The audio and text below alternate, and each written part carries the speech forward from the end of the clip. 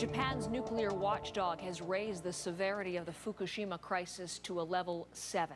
That puts it on par with Chernobyl, the world's worst nuclear disaster. Look at this graphically. This is the International Nuclear Event Scale. Anything from a level 1 to a level 3 is considered a nuclear incident. Anything level 4 and higher is classified an accident. Fukushima had been a level 5, an accident with wider consequences by definition. That's the same as 3 Mile Island back in 1979. Now it's a 7, the same as Chernobyl. The 25th anniversary of Chernobyl, the accident in the Ukraine, is just 2 weeks away. But to Tokyo now, and Craig Dale with more on how and why Japanese nuclear officials made their decision.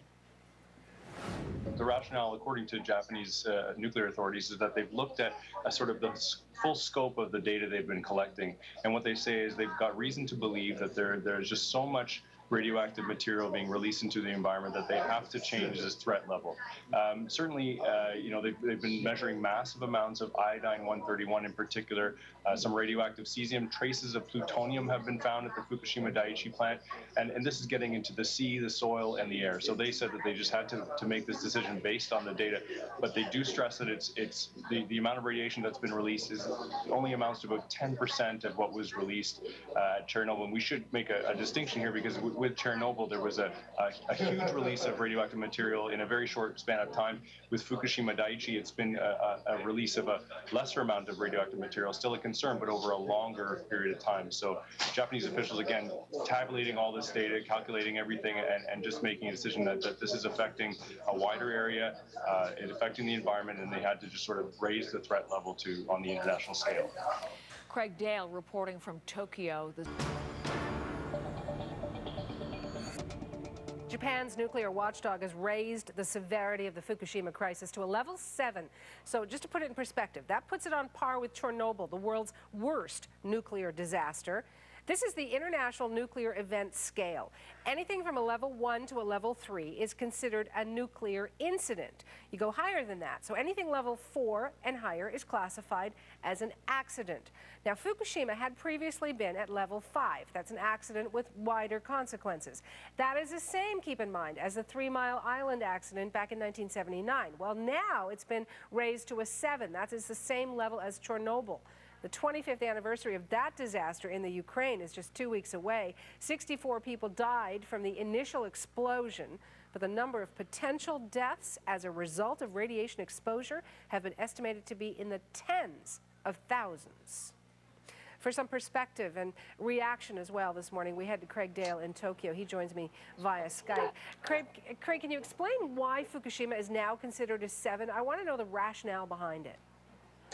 Well, Japanese nuclear authorities looked at all the data that they've compiled in the weeks since March 11th, and what they found is that the massive amounts of radiation that have been released, mostly iodine 131, but some caesium and some trace levels of plutonium.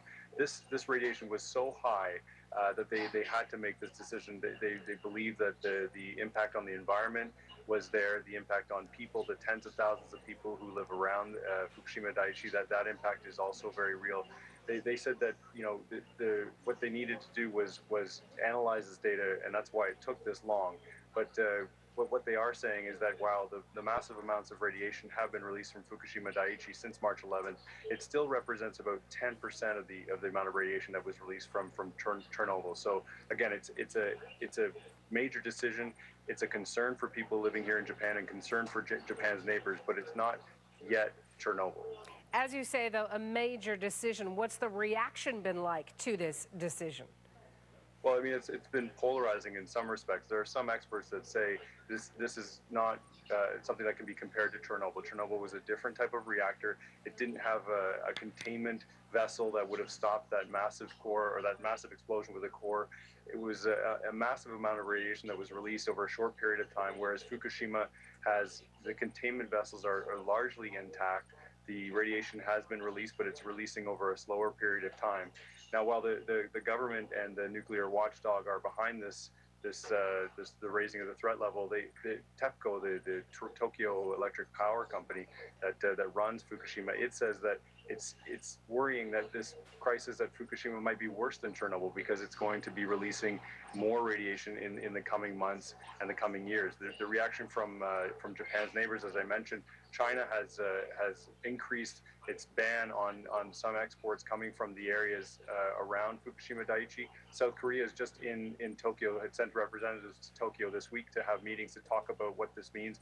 Both countries are nervous. They want to get their hands on some data so that they can sort of analyze the situation and report back to their citizens who are also nervous about radiation in the air, the sea, the soil, and any products that they might be importing from Japan.